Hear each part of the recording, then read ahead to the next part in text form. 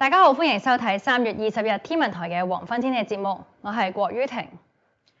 一股清勁至到強風程度嘅偏東氣流今日係影響住廣東沿岸，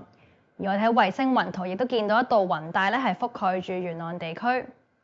我哋晏晝喺維港上空見到咧，主要都係一個多雲嘅狀況，而且雲層咧都幾低下㗎。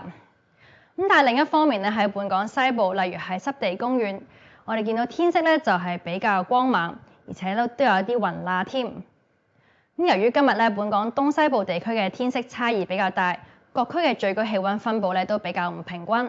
喺東部咧大概係22至到24度左右，而喺西部地區咧就升到26度或者係以上㗎。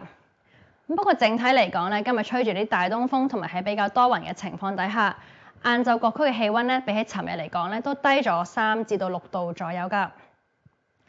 我哋預料今晚同埋聽日咧繼續會受偏東氣流嘅影響，所以詳細嘅天氣預測會係大致多雲，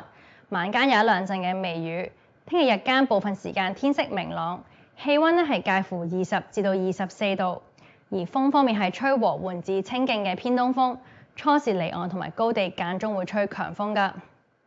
咁之後落嚟咧，隨住偏東氣流嘅緩和，我哋預料下個禮拜初廣東地區天色係會好轉。咁所以翻嚟本港嘅天氣展望咧，會係之後嘅2、3日係部分時間有陽光，去到下個禮拜嘅中期咧，日間會係大致天晴，而且係天氣炎熱㗎。咁今日天氣就講到呢一度，祝大家有個愉快嘅週末，我哋下次見。